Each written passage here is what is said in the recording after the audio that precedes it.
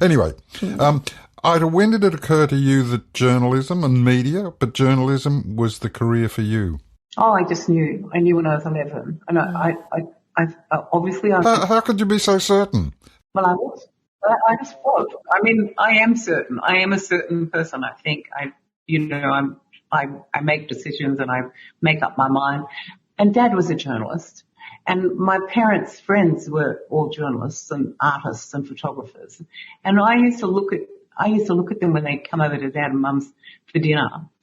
And I think, gosh, these people know how to live. And they all had opinions. They were so lively and they had opinions, and I thought they were fantastic. And my dad was my hero. And I used to make Dad breakfast when he was editor of the Daily Mirror, which was one of Ezra Norton's newspapers then in Sydney. And Dad would get up early, and I would get up early, and I'd make Dad breakfast, and we would discuss the news of the day. We'd have the papers were then delivered. And I'd go down and get the papers, and we'd look at some of the newspapers as we had breakfast. And it was just, and I loved writing. I absolutely loved writing. We did composition at school then. I don't think it's called composition anymore. And I used to love writing stories and so on. And I just knew it was what I wanted to be. I did not deviate from it. What was the difference between being a copy girl and then actually writing stories in time? Was there...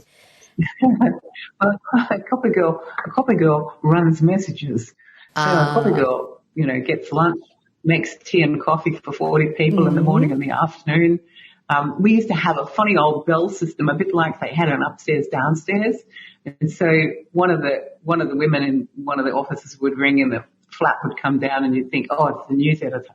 And you'd rush along to see what the news editor wanted. Did she wanted you to take some copy across the street or pick up some film or whatever it was? And then the editor always wanted a certain lunch and that I could only get at a certain place in Sydney, and I had to also buy avocados and cigarette holders, and I could only do that at David Jones, and I was not allowed to deviate. I could only shop there. I mean, I had my clear instructions.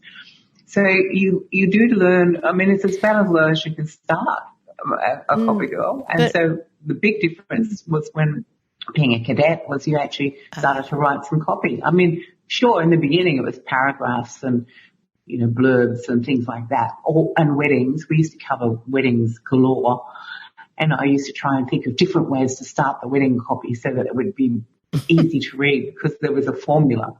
The bride is the daughter of Mr. and Mrs. Joe Bloggs of whoop whoop. And all that formula had to go in there. So you were always looking for something. So you say, are you wearing anything special? And they say, oh yes, I'm wearing my grandmother's old pearl locket. So the bride wore her grandmother's heirloom pearl locket with a gown of cream satin when she married, blah, blah, blah, blah, blah. So you'd always be looking for some jazzy way to start your copy. Well, sorry, what age did you become a cadet, which is what I really wanted to know? 16. Oh, wow. 16. I used to come in on weekends and go out with the journalists on assignment because I was just so keen to learn. And I think in the end the women's editor thought, I've got to give this girl a cadetship because she's driving me nuts.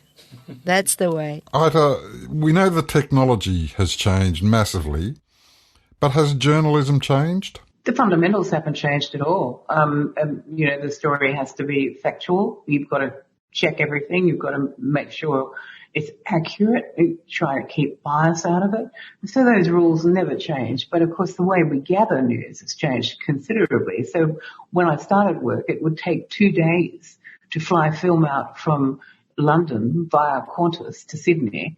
And then you'd pick the film up at the customs place at the airport. And then it would take several hours to develop all the film. So you wouldn't even know if you had a cover photograph or a stunning shot of anything for some considerable days after it had been taken. Now we can transmit a photograph across the world in a matter of seconds. So that's certainly changed. And the way we set copy has changed. We used to use typewriters and carbon paper, and then you bundle up the copy and put it in a little carrier thing and send it down to the composing room where it would be set on a linotype machine. And then the procedure was quite complex and quite lengthy. And of course now it's all done by computer. So certainly the way we produce our newspapers and magazines have changed considerably, and the tyranny of distance that used to affect us doesn't affect us anymore because, the internet has given us the speed of communications. And I think the development of the internet was the biggest change that I've really seen in how we do publishing.